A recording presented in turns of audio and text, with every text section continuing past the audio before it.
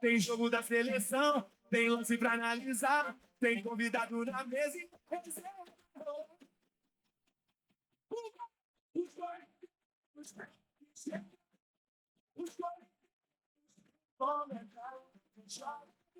e sem eliminar na TV ou VG, pode ligar. Olá, pessoal, sejam todos bem-vindos.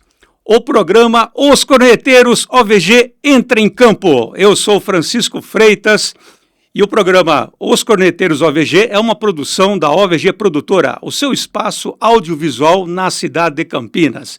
E hoje nós iremos, nesse segundo programa da série, a qual nós estamos debatendo os jogos da Copa, os jogos do Brasil, especificamente no episódio de hoje, Brasil e Haiti. E, para tanto, eu trouxe aqui um preparador físico, também um ex-atleta, para fazer aí uma resenha, uma análise desse segundo jogo do Brasil na Copa do Mundo. Seja muito bem-vindo, Oswaldo. Ô, Francisco, é um prazer novamente, agora como convidado permanente, né, do programa. Eu, como preparador físico e ex-atleta, nesse jogo, um abraço à nossa audiência, especificamente falando desse jogo. Francisco, você sabe que aqui a gente não passa pano, né? Mas, no meu ponto de vista, faltou perna. Faltou perna, principalmente no segundo tempo. Foi um jogo ali em que ganhamos 3-0, placar aí feito no primeiro tempo. No meio do futebol, alguém pode falar que foi até um placar elástico, né? E a gente poderia ter ampliado, mas eu acho que, obviamente, que nessa convocação, pelos nossos atletas, na sua grande maioria, advindo de clubes europeus, e pegamos os caras em fim de temporada. Ou seja,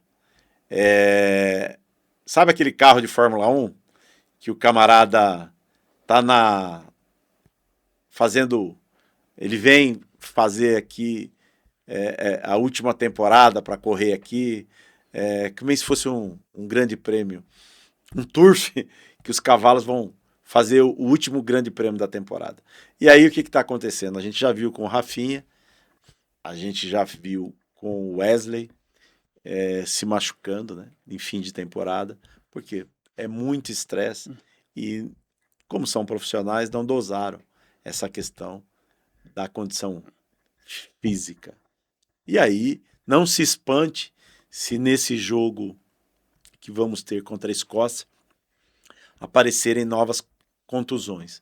E eu acho que o time foi, nesse aspecto físico, no segundo tempo, faltou perna. Você viu que no segundo tempo o time deu uma aliviada, o técnico também não mexeu no primeiro tempo, assim, exceto na questão do Rafinha, que saiu machucado, mas como ele está, né, visualizando conjunto e pouco mais de entrosamento, eu, no lugar dele, mexeria. Eu vinha com pelo menos mais 3 substituições logo na segunda etapa, para poupar aqueles jogadores que, obviamente, estão mais em fim de temporada, e com 3-0 os riscos seriam menores. E a gente tem uma molecada no banco aí, efetivamente, que poderia dar conta do recado tranquilamente, e ele poderia ali observar aí mais 2, 3 jogadores ali fácil, que a gente e a torcida também está sempre procurando e aí aclamando, né?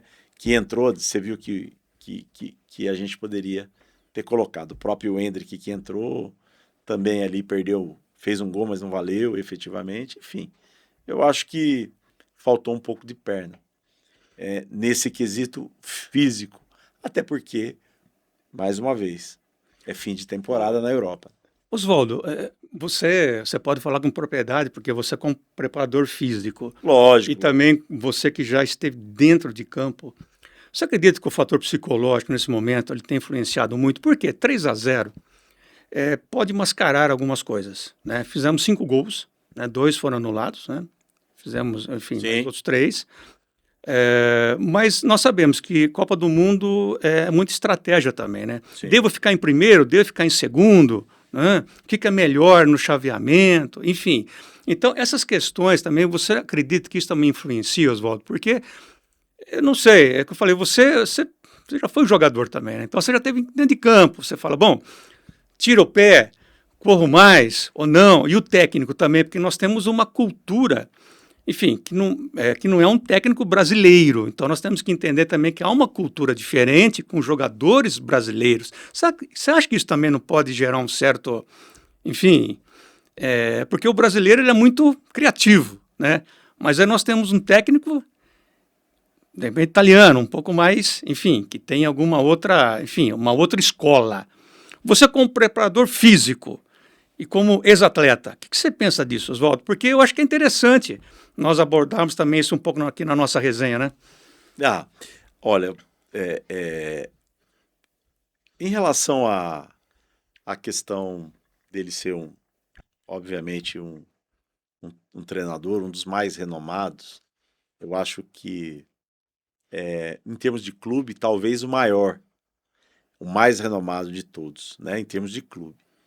Em termos de seleção, nós somos o laboratório dele, né? O Brasil é o laboratório. Obviamente que, apesar da sua experiência europeia, a sua experiência dentro de campo, de vestiário, com grandes clubes europeus, no meu ponto de vista, seleções são seleções. E a seleção brasileira ela tem um peso, né? Nós somos a seleção tetracampeã do mundo. E buscar o Hexa, eu sei que é uma responsabilidade. E ele, eu acho que, convivendo aqui com o povo brasileiro, ele viu como o futebol emociona, como é o maior esporte do mundo, né? Que está ligado a cifras bilhardárias. O povo é apaixonado pelo futebol. No Brasil, essas torcidas, quando você entra no estádio de futebol, você entra no Maracanã lotado, você vê, ele foi assistir lá os jogos do Flamengo, com certeza. Ele viu a torcida como que ela é inflamada. É diferente, né, Oswaldo? É diferente. Você vai na Arena Corinthians, não é? Você vê aquela torcida do Corinthians inflamada, empurrando o time, gritando, incentivando o time, não vaiando. E pelo contrário, a torcida ela bate no técnico sempre, mas nos jogadores ela incentiva, ela apoia. Fato é que ele se adaptou e ficou tão emocionado. Quando eu falo emocionado, pessoal, entra o bolso também, né? Uma grande emoção. Rapidinho, ele se motivou. Ele renovou até a próxima Copa nós estamos em 2026 até 2030, né?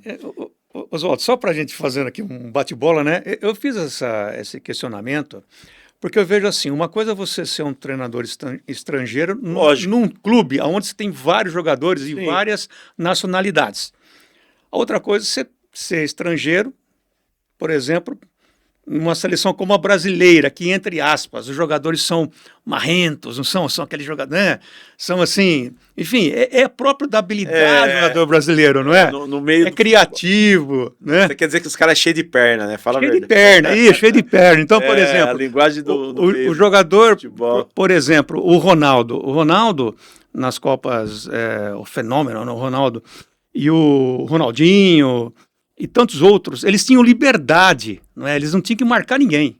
Eles tinham que, né, tinha liberdade em campo. Não é bem assim também. Mas eu digo assim, enfim, mas por quê? O treinador brasileiro, ele já conhece, é claro, ele conhece as pernas, né, do jogador brasileiro. Já o estrangeiro, talvez ele esteja tendo um pouco mais de dificuldade nesse sentido. Talvez por isso que você falou que faltou perna. Porque os 3-0, ele também pode mascarar um pouco. Porque se nós ficarmos em primeiro lugar na chave, nós vamos enfrentar... podemos pegar aqui, acho que a Holanda ou o Japão. Provavelmente Quer dizer, Japão. são escolas totalmente diferentes, né? Eu, particularmente, tenho muito medo da escola japonesa, porque os japoneses são muito disciplinados, né? Então, não sei, Oswaldo. Então, como que você faz essa análise desse ambiente quando você falou que faltou perna? Francisco, assim, o que eu vejo? Na verdade, Ancelotti, os grandes clubes europeus praticamente são seleções, porque ali não tem só jogadores espanhóis ou jogadores brasileiros, né? Tem praticamente jogadores de várias nacionalidades e os melhores que se destacaram nos seus clubes. Eu acho que a maior dificuldade do atleta brasileiro quando vai para a Europa ou para um continente em que é uma Premier League, o que acontece? A maior adaptação que eu vejo primeiro, quando o atleta vai, a familiar, né? Então ele vai para fora, ele sente muito a falta do aconchego da família. Fato é que acho que eles estão cuidando agora dos novos contratos, já estão levando os brothers, os sisters, estão levando cozinheira, estão levando uma baita de estrutura, estão levando os instrumentos de pagode, aqueles que cantam, estão levando, uns até pagam para os amigos de infância, tá lá junto para o cara não sentir tanto. Que as demais seleções não têm esse tipo de ambiente. Exatamente. Não é? E o que eu vejo? O segundo fator é a obediência tática, né? Porque obediência tática é você pedir aquilo que o técnico quer que você faça taticamente. Então, Oswaldo, mas aí eu acho que no Brasil existe uma certa flexibilidade dependendo do cara e de quem é o cara, né? Então, você imagine, se você pega se você citou aí um Ronaldo fenômeno, quando veio depois acima do peso, cara que veio mais com a técnica e com o nome, né? Veio lá, sei lá, acho que com 100 e poucos quilos jogar no Corinthians. Pô, isso, o Corinthians foi mal? Não, o Corinthians fez bem. O cara trouxe patrocinador, trouxe um monte de holofote para um clube que já era gigante, monstro. E aí você pega um camarada que vem com uma estrutura tática europeia, que nem no caso do fenômeno aí falando. Você vai pedir pro cara voltar para marcar quem? Não tem como. Então, assim, é como se você tivesse com 10 em campo e os 11 jogando. E os outros 10 têm que correr por ele. E deixar ele com liberdade para se sentir confortável onde ele quer jogar. Você não vai pedir pro cara marcar, né? Até porque o cara não veio com condição física, clínica, e veio fora de totalmente Agora, fora. Oswaldo, eu acompanhei a sua participação no programa inaugural do Os Corneteiros. Sim, lógico. A qual você comentou a respeito do Endrick. Sim. Você falou que é um jogador, claro, garoto jovem, né? Tem uma força, uma explosão absurda. Sim. Ou seja, e ele não estava jogando. E aí eu acompanhei a imprensa, de uma certa forma, criticando o nosso técnico, né? Ou seja, eu não entendo, porque, veja bem, você imagina um técnico vencedor, ganhador, enfim, de todas as, né, assim, todos os campeonatos possíveis que disputou. Ele sabe o que está fazendo. Agora, por que de repente ele não coloca o Endrick para jogar? Porque é um garoto que quer jogar com liberdade, não quer marcar, não quer ter uma obediência tática, então ele fala, bom, então não joga no meu time, você vai jogar, questão da cultura, você entendeu? Isso eu quero dizer, porque ele tem espaço no time, não tem? Mas por que ele não está jogando?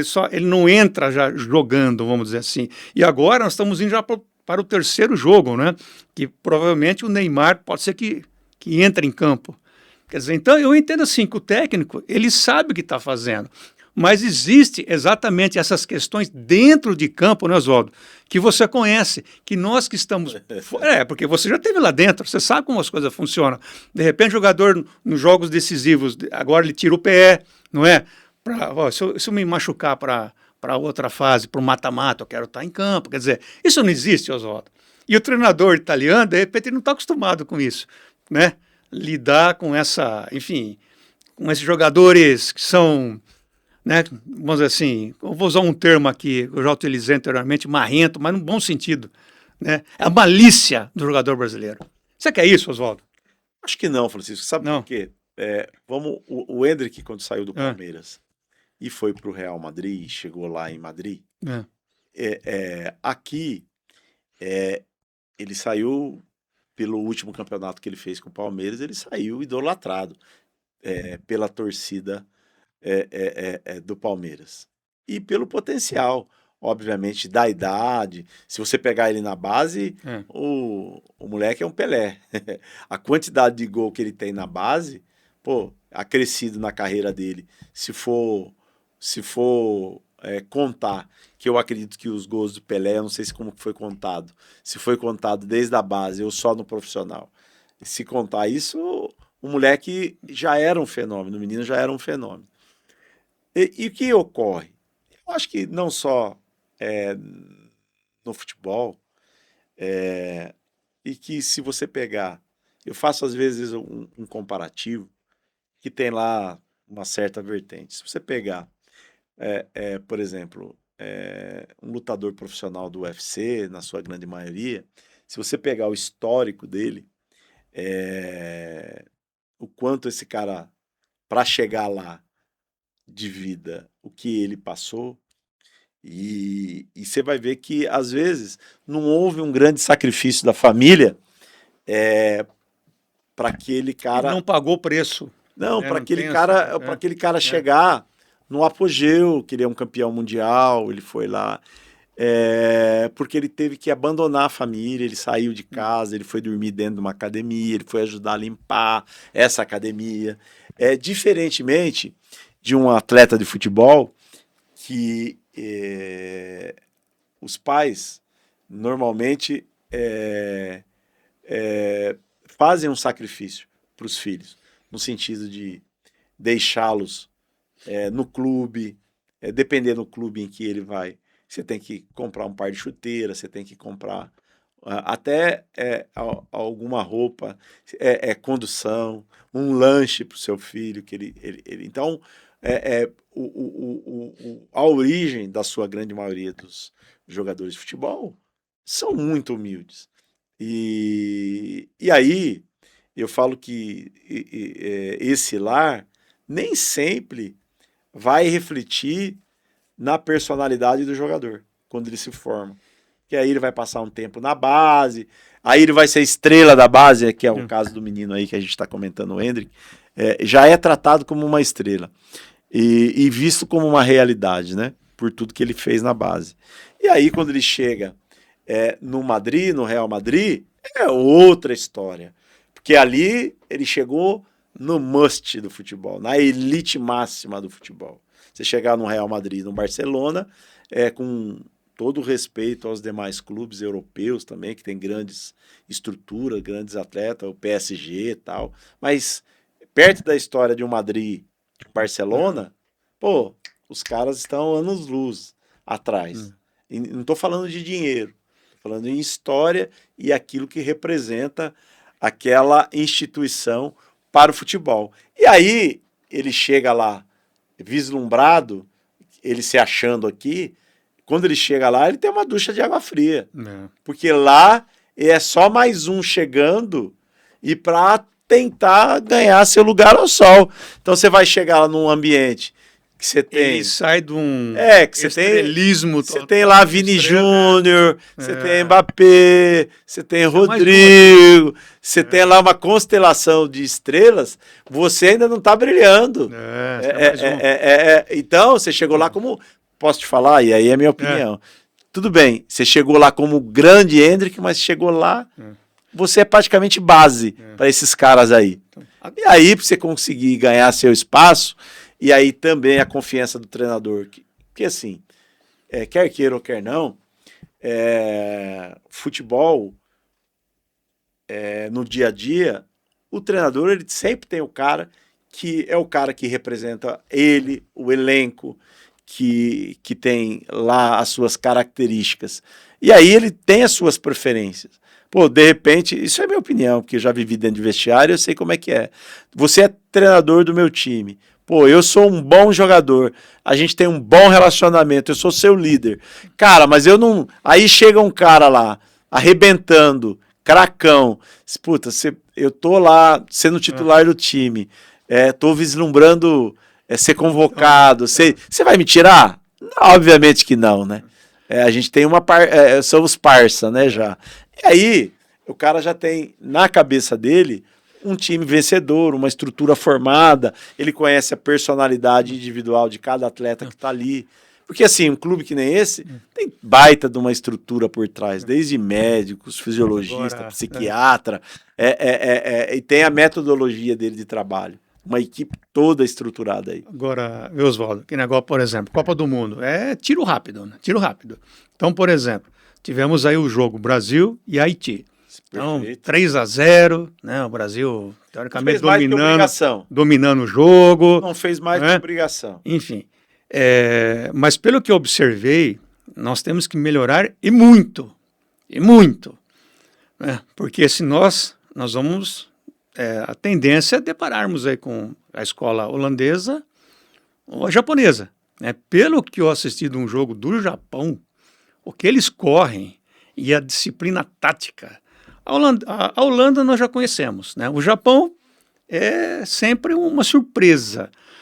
Agora, Oswaldo, como fazer esse time melhorar, por exemplo, se faltou perna, em um espaço de tempo tão curto, sendo que joga a cada 2, 3 dias. E aí, Oswaldo?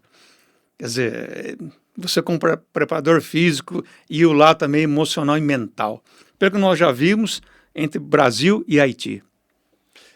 Olha, Francisco, vamos falar você está falando da escola asiática e da escola europeia, né? Holanda, né? Exato. A gente teve o carrossel holandês lá atrás, a gente teve a Dinamáquina, né? Que era a Dinamarca, e a Holanda está a 19 jogos invicto. Porque se nós chegamos sem perna com esses dois aí...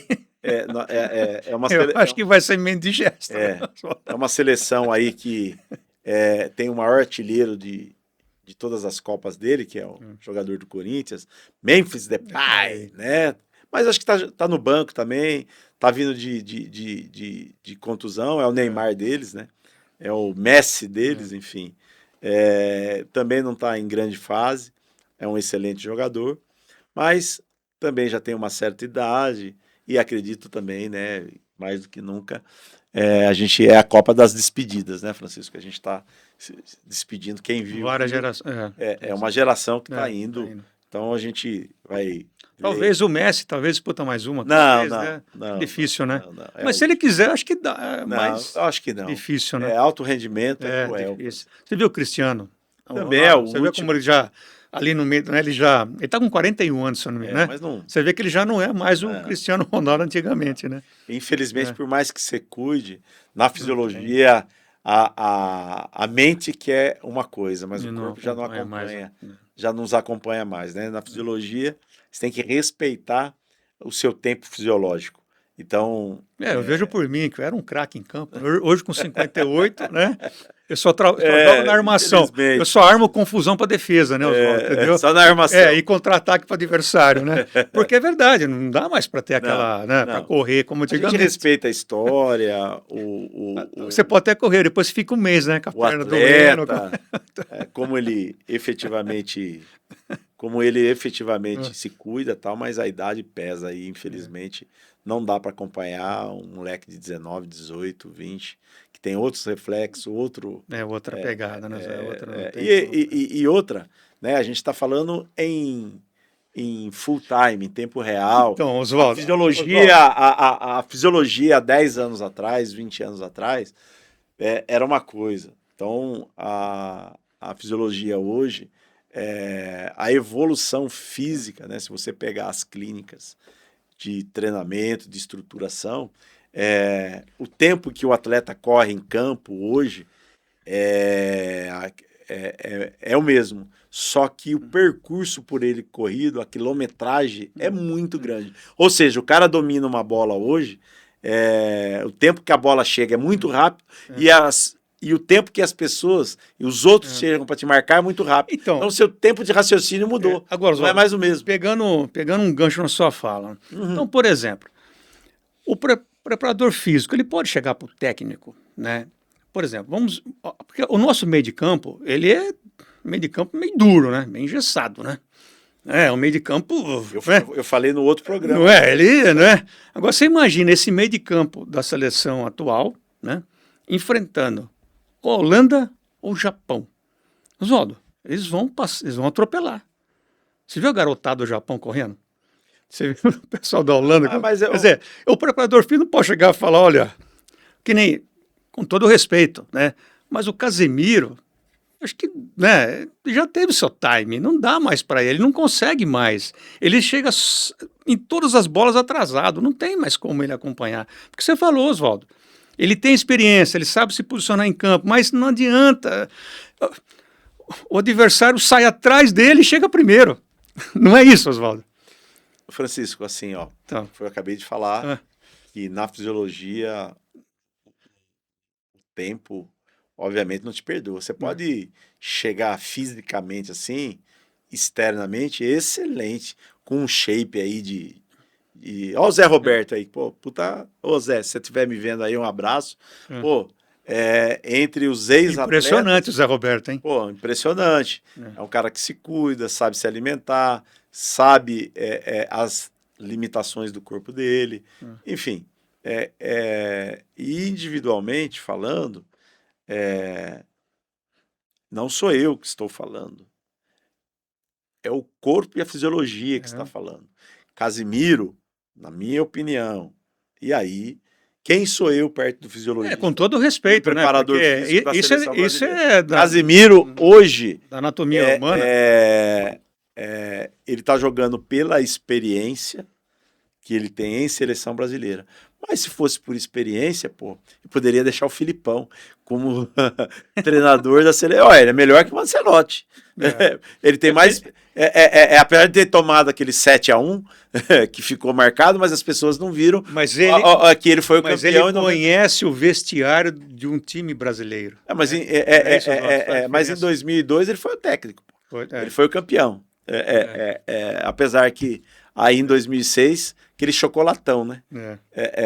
Então, assim, pra você ver, já passaram 10 anos, né? Do 7-1, né, Francisco? 10 anos. 10 anos, né? Acho que todos nós lembramos quando estávamos nesse dia, né? Não é?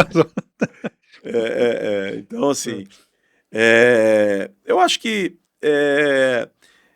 esse olhar, pô, tá todo mundo vendo que o Danilo, pô, é senhor daquela posição ali, o cara tem a ganância, né? Ele tem a técnica, ele tem a juventude, ele tem o preparo físico, ele tem a garra, ele quer ser um cara que saiu, um ex-jogador do Botafogo para conquistar o mundo, ser titular da seleção brasileira. E tem todos os predicados. Não é à toa que o Palmeiras quer porque quer esse atleta.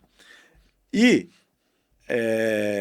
quer queira ou quer não, ele tem lá esses... Lembra que acabamos de comentar a respeito da preferência de técnico, de dentro de vestiário, que esse é o brother, você acaba ganhando essa confiança. Porque falaram muito com a questão de grupo. O Endrick não é de grupo, não. Eu observei, acho que todos nós vimos aí pela televisão, no gol do Vini Júnior. O Endrick sai do banco, ele vai abraçar, vai cumprimentar o Vini Júnior, quer dizer, uma atitude, né? Quer dizer, isso demonstra que ele é de grupo também. Ou ele estava fazendo uma encenação, mas ele foi lá cumprimentar o companheiro que fez o gol, né? E pegando um gancho nisso, Oswaldo, o Vini Júnior seria o grande líder dessa seleção? Você acha que ele pode comandar a seleção? O Vini Júnior, Francisco, na falta do Neymar, de um protagonista, pô, ele é o grande nome da seleção brasileira hoje. Então, quer queira ou quer não, é um cara que você vê, ele joga nas beiradas e você vê que é um cara que não gosta de jogar no meio. Mas ele no meio, como ele tem aquela força, aquela explosão, ele chega na frente. Mas você percebeu que ele não tem a função de marcar? Não, Ele joga. Então, você lembra que ele joga? não, tem função de marcar. Ele tem? Tem. Todos têm, obrigatoriamente. Não tem como, em jogos de Copa, seleção, você não tem função. Não existe você não marcar. Pelo que eu observo ali, ele joga livre. Não, ele joga flutuando. Ele sai da lateral, vai para o meio, enfim. Mas é um cara que pode ser uma surpresa ali no meio. E tem muito arranque. E o que eu vi um pouco nesse jogo contra o Haiti, que a seleção, no último terço do campo, no primeiro jogo, aquele jogo horrível, né, que a gente fez na estreia, contra Marrocos, que eu também não acho que foi ruim. A seleção de Marrocos é muito boa e superior o Haiti. A do Haiti. Mas, naquele jogo, Marrocos não deixou o Brasil jogar. E o Brasil estava fazendo muita ligação direta entre defesa e ataque. Facilita a marcação. Num lance deu certo. Não, mas num lance deu certo. O Vinigino pegou rápido, bateu o gol. Que é a jogada característica. Mas aí foi uma jogada individual. Ele dá aquele tapinha para dentro e forte. Mas o coletivo, uma jogada ensaiada, você não observa, Oswaldo. Não então tem assim. Eu acho que contra o Haiti, obviamente, o time evoluiu, mas com um adversário fraco. E aí você me perguntou entre Japão e Holanda. Eu acho que o Brasil, ele cresce conforme o adversário. E aí, também não acho que tem que escolher adversário. Eu vi alguns companheiros aí, alguns amigos que estão em grandes emissoras, falando que eu prefiro o Japão. Eu preferia o Japão. Eu não vejo dessa forma. Porque é o seguinte, em mata-mata, obviamente, você não tem uma segunda chance. Se empatar é pênalti. Legal? Então, empatou é pênalti, você não vai ter um outro jogo. A camisa numa hora decisiva pesa. Porque então, do outro lado, né, pesa, não tem como não... Era a mesma coisa você entrar numa guerra, você fala, vou entrar contra os Estados Unidos numa guerra. Então, você vai falar, a camisa desse cara. Então, o Brasil é isso, cara. É como se fosse os Estados Unidos numa guerra. Cresce conforme. O cara vem enfrentar o Brasil, você fala, vou enfrentar o Brasil. Então, primeiro, o que os treinadores fazem? Compõem a sua defesa e seu meio de campo. Bom, e a nossa defesa, Oswaldo, com todo o respeito ao nosso, né, a nossa defesa, mas quando você olha para trás, né, nosso goleiro também, enfim, né, eu acho que já passou o timing de alguns jogadores ali, né? Mas ali eu também não quero... Mas tem a confiança do técnico. Tem a confiança do técnico. E eu também não quero entrar aqui numa questão aqui, que aí você acaba entrando na questão de patrocinador, né? Eu acho que aí nós saímos da emoção e começamos aí para um lado de negócio. Então eu acho que o objetivo não é esse, né? Mas nós sabemos que isso também existe, né? Questões de patrocinadores, uma certa pressão para alguns nomes... Mas enfim, aí, Oswaldo, e agora o Neymar? Joga ou não joga? Ou está sendo preparado para a segunda fase? Porque nós vamos para a segunda fase, né? Nós vamos para a segunda fase. Ou alguma dúvida? Não, esse se eu não sei foi meio... Francisco, assim, por favoritismo e, obviamente, por obrigação, o Brasil nunca caiu na primeira fase. Então, assim, a Escócia nunca ganhou do Brasil, né? E agora eu não sei se os caras vão entrar de saia, enfim. Mas, assim, brincadeiras à parte, é uma escola europeia, certo? E eu não tenho temor contra a Escócia, para te falar a verdade. O Brasil é um time muito superior. Eles efetivamente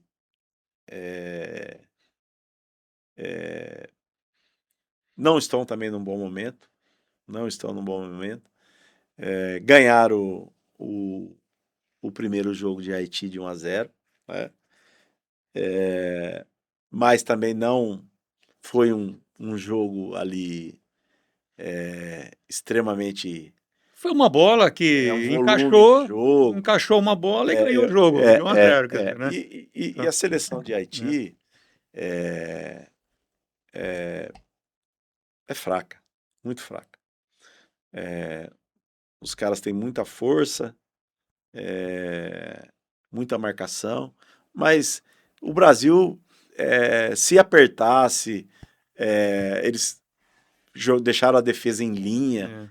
Pô, você vai deixar a defesa em linha contra os atacantes. Se Rafinha, se estivesse bem, Vini Júnior, se Oswaldo, tivesse um Neymar ali para deixar os caras toda hora na cara do gol, era para ser um 6, 7, fácil. você citou o Rafinha. E essa questão agora que está surgindo aí, Oswaldo, essa questão particular até da vida, né? Extracampo do Rafinha, a questão de problemas financeiros. Imagina, se ele está com problema financeiro, né? Imagine nós, né? Pô, tem um amigo que fala assim, pô, Não é? Você imagina. o Não cara, é? os caras estavam, pegaram um jato aqui, foram para um jantar lá na Espanha, depois iam voltar. Só foram para jantar, iam dormir lá e depois tomar café da manhã no hotel e voltar. Aí um falou pro outro, falou assim, cara, não sei se eu fico com café da manhã ou se eu vou embora. O outro falou, cara, não, vamos ficar pro café da manhã. Aí o cara falou assim, pô, mas se tá ruim pra você pra não perder o café da manhã, você imagina pra mim. Aí então, se tá ruim pro Rafinha, que história é essa aí, um salário lá de 2 milhões milhões de reais por mês, é o seguinte também, né, Francisco? A gente não sabe o que se passa. Mas isso vai ter um impacto no grupo. Isso acaba impactando. Eu acho que não. Acho que não, né? Eu acho que não, né? Com todo respeito ao nosso amigo Vamp, que agora ele faz parte do scratch do jornalismo nacional e pelo jeito já virou internacional, porque parece que o Barcelona aí já deu uma cutucada aí na rede de TV e no programa onde o Vampeta fez o comentário lá. Poxa, e agora o jornalismo, né? Você sabe que jornalista é aquele que apresenta programas de áudio e vídeo e programas de bancada. Então, com todo respeito ao meu amigo Vampeta, ele faz parte, já é um ex-jogador que hoje é um jornalista do esporte. E eu tenho que respeitar o que ele fala, pela história que ele tem e pelas fontes que ele deve ter no futebol. Porque ele não é um marqueteiro que nem outros caras aí que jogam. Lógico que o marketing dele é contar as histórias dele, do Amaral, de muitas coisas que ele viveu, porque ele tem história de futebol. Né? Ele é uma lenda viva do futebol. O Vampeta, né? Ele conta de um jogo beneficente em Capivari com o Amaral. É engraçado. Contrataria Vampeta para vir. Ô, Vampeta, se você quiser vir aqui no nosso programa, dar uma palhinha para nós aqui, tomar uma aqui, a gente toma uma, conta eu ponho uma bebidinha que você quiser aqui e também coloco o petisco que você quiser aqui e também o conjunto de pagode que você quiser, eu chamo aqui. O Vampeta contou uma história no jogo beneficente lá em Capivari com o time do Amaral. Ah, sempre. Você ficou sabendo dessas? O time do Amaral com o time do Vampeta, né? O time do Amaral era uma verdadeira seleção. Marcelinho Carioca, enfim, por aí, né? Denilson, tantos outros, né? E o time do Vampeta eram os amigos dele ali, que ele mesmo fala, isso é público, da Vila Maria ali, o delegado, não sei quem, o outro amigo, chegaram lá para jogar, você imagina. E tudo em forma, né? E o estádio lotado. Os caras põem na camisa.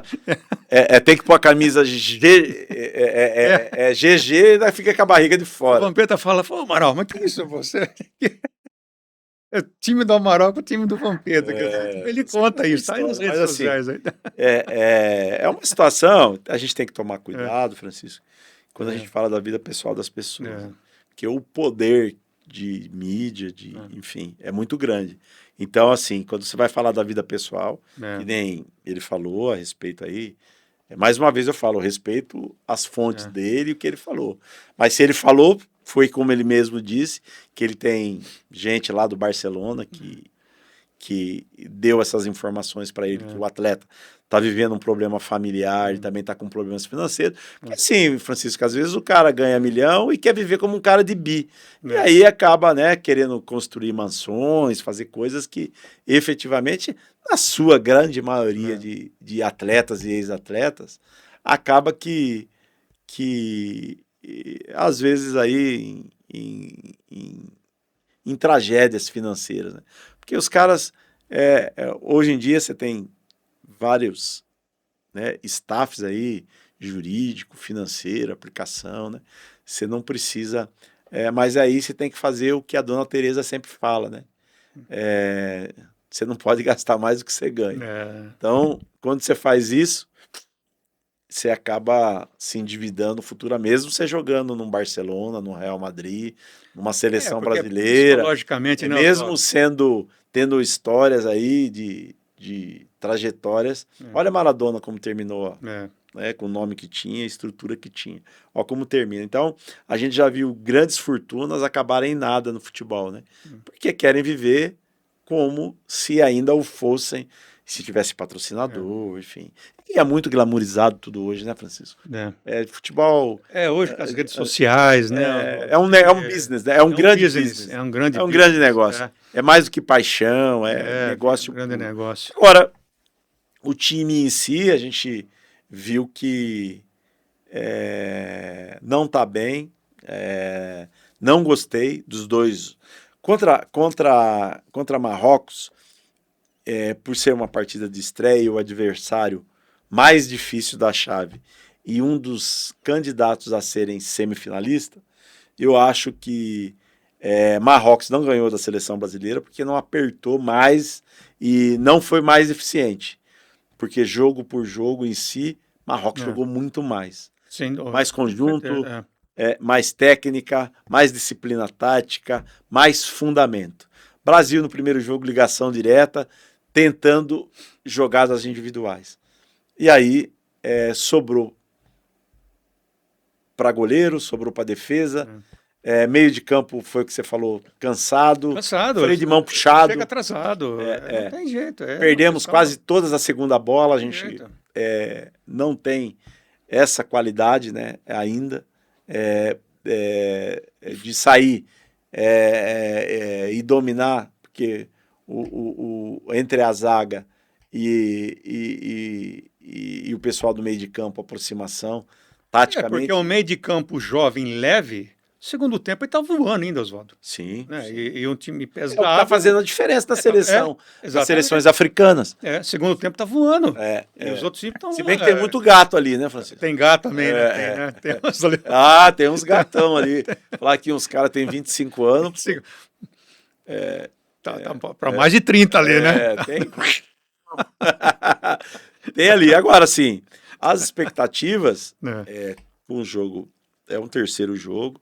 Eu acho que o time ganhou um pouco mais de conjunto, obviamente, um pouco mais de entrosamento.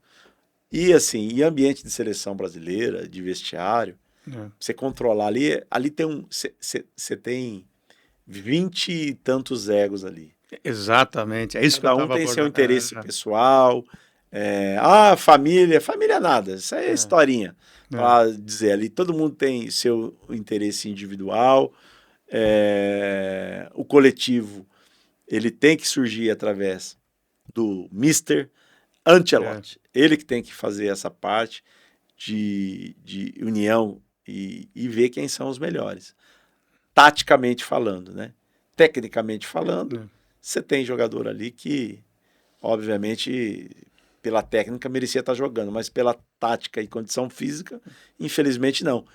E mais uma vez, a gente se citou aí o nosso amigo, né? Aí, nosso amigo?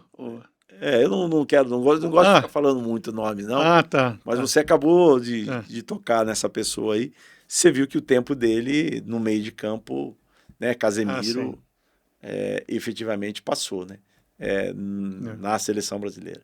Então você está deixando outros jogadores que estão em condição técnica e fisicamente melhor. Talvez o Casemiro, taticamente, funcione melhor para ele. Nós comentamos, respeitando o profissional, mas Mas aí temos que entender que tem o seu time, né? O próprio Ibanez, né, que tá ali jogando. E não, sabe, não é só no futebol, também, é no vôlei, é no tênis, é em qualquer esporte. Né? Enfim, isso não é uma deficiência. Esse Ibanez também, né? para mim, o meu time não jogaria, né? Eu colocaria ali facilmente ali para fazer aquela função ali, o Danilo do Flamengo, efetivamente, que eu acho que e inclusive jogou no último jogo, mas só que não na função do Ibanez, né? Então, a gente tem uma outra variável, mas esse é meu ponto de vista, né? Como eu não sou o técnico da seleção. Mas eu acho que vamos observar nesse jogo que a gente vai jogar contra uma escola. Ó, jogamos contra uma escola, né, asiática, que é o primeiro jogo, né? Foi Marrocos. Que representa a escola asiática ali, né? Oceania, né? mais para asiática. E pois o Haiti, e agora temos aí pegamos a escola africana, né? O haitiano, que são outra escola. E agora vamos pegar uma escola europeia. Mas vamos pegar uma escola segunda linha europeia. Vai. Então, é um teste razoável para a gente se preparar para quem vem. Ou seja, para quem vem? Japão ou Holanda? Agora, Oswaldo. Aí você vai temer? Pô, isso é Brasil, pô. Agora aqui um pinga-fogo, hein? Pinga-fogo. Você acredita que o Brasil, ele, assim, mas uma análise bastante realista. Sim. Você acredita que o Brasil poderá realmente chegar à final da Copa? Ou ele fica ali até as quartas? Porque ele tem que melhorar muito, hein, Oswaldo? Porque uma coisa é você passar agora da primeira fase, a segunda fase já é um mata-mata, né? Quer dizer, eu falei, meio de campo pesado, pessoal voando, segundo tempo o time está cansado. Francisco, mas assim, e no mata-mata... É brasileiro. Né? Eu sou brasileiro, né? Não, eu sou brasileiro. E aí, brasileiro não desiste nunca. Claro, nós queremos que a seleção chegue à final, mas... E todas as vezes... Tem que melhorar muito, hein? Mas todas as vezes que a seleção chegou desacreditada, foram as vezes em que, se você pegar 2002, se você pegar, aquela seleção de 94, né? A de 98, todo mundo achava que, pela Copa de 94, de 98, aquela, né? Que o Ronaldo passou mal. Da França, lá, Zidane. Roberto Carlos amarrando a chuteira, aquelas coisas lá, aquelas coisas lá no gol, aquele gol lá, fatídico, né? Que a gente poderia ser ali, na verdade, na sequência, bicampeão. E se ganhasse aquela, como ganhamos em 2002, de 98, se ganhasse 98, 2002 ia ser tricampeão. Ia ganhar 94, 98, 2002. A gente já ia ser hexa, né? Naquela época lá, em 2002. Assim, como diria um ex-cronista famosíssimo aqui de Campinas, quem está me ouvindo, o Brasil de Oliveira, o Brasa, como ele diria? Bem, amigos do futebol. Bem, amigos do futebol. Brasil de Oliveira e finado Brasil, o manto sagrado da seleção brasileira pesa. Então, acredito eu que faz muita diferença essa questão de camisa, o que representa a seleção brasileira. Obviamente que não existe mais japonês no futebol, que antigamente os adversários fracos eram japoneses.